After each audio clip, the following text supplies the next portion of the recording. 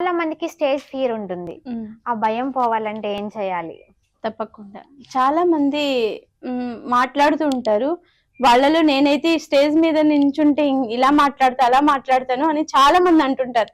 అదే వాళ్ళని స్టేజ్ మీదకి వచ్చి ఏదైనా మాట్లాడండి అంటే భయపడుతుంటారు. నేను కూడా మేడం ఎక్స్పెక్ట్ చేస్తా, బయటకి వెళ్ళి ఇలా మాట్లాడాలనుకుంటాను.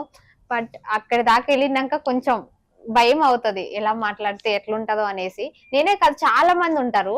చాలా మంది అంటే చాలా మంది. నేను ఒక ఇన్స్టిట్యూషన్ లో స్పోకెన్ ఇంగ్లీష్ ట్రైనర్ గా పనిచేస్తాను.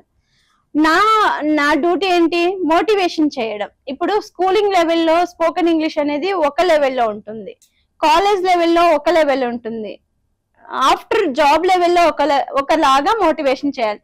మనం స్కిల్స్ ఎప్పుడు కూడా ముగ్గురికి ఈక్వల్ గా మనం చేయలేము. చిన్న పిల్లలకి ఏం కావాలో ఆ స్కిల్ మాత్రమే మనం చిన్న పిల్లలకి అప్లై చేయాలి. ఎక్కడ ఈజ్ ఎక్కడ వాజ్ అనేది గ్రామర్ పరమైనటువంటి డౌట్స్ మాత్రమే మనం పిల్లలకి చెప్తాం. అదే ఒక కాలేజ్ లెవెల్కి వెళ్ళిన పిల్లలకి గ్రామర్ వస్తుంది, ఇంగ్లీష్ వస్తుంది, కానీ పిల్లల్లో కాన్ఫిడెన్స్ లెవెల్స్ తక్కువ ఉంటాయి.